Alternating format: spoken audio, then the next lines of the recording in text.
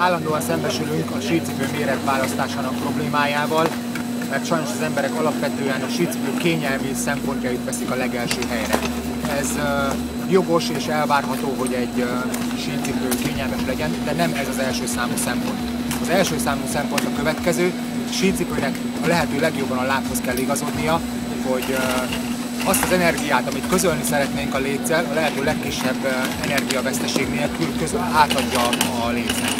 Ez azért fontos, hogy a lécet a lehető leginkább tudjuk kontrollálni, tudjunk vele jól haladni, élen vezetni.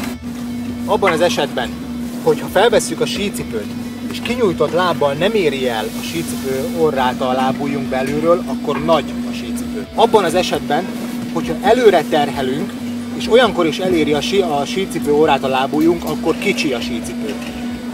Mindenképpen figyeljünk arra, hogy a sícipőben tudjuk mozgatni a lábujjainkat, ellenkező esetben nagyon fog fázni.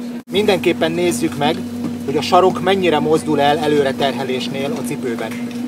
Egy nagyon picit elmozdulhat, bizonyos kategóriájú cipőknél, például versenycipőnél egyáltalán nem fog, de egy nagyon pici mozgás, fél-1 centiméter megengedett. Több mozgás azért nem, mert hogyha ennél nagyobb mértékben mozdul el, akkor egyértelműen megint csak nagy a sícipő, vagy nem passzol arra a lábra, amire próbálják.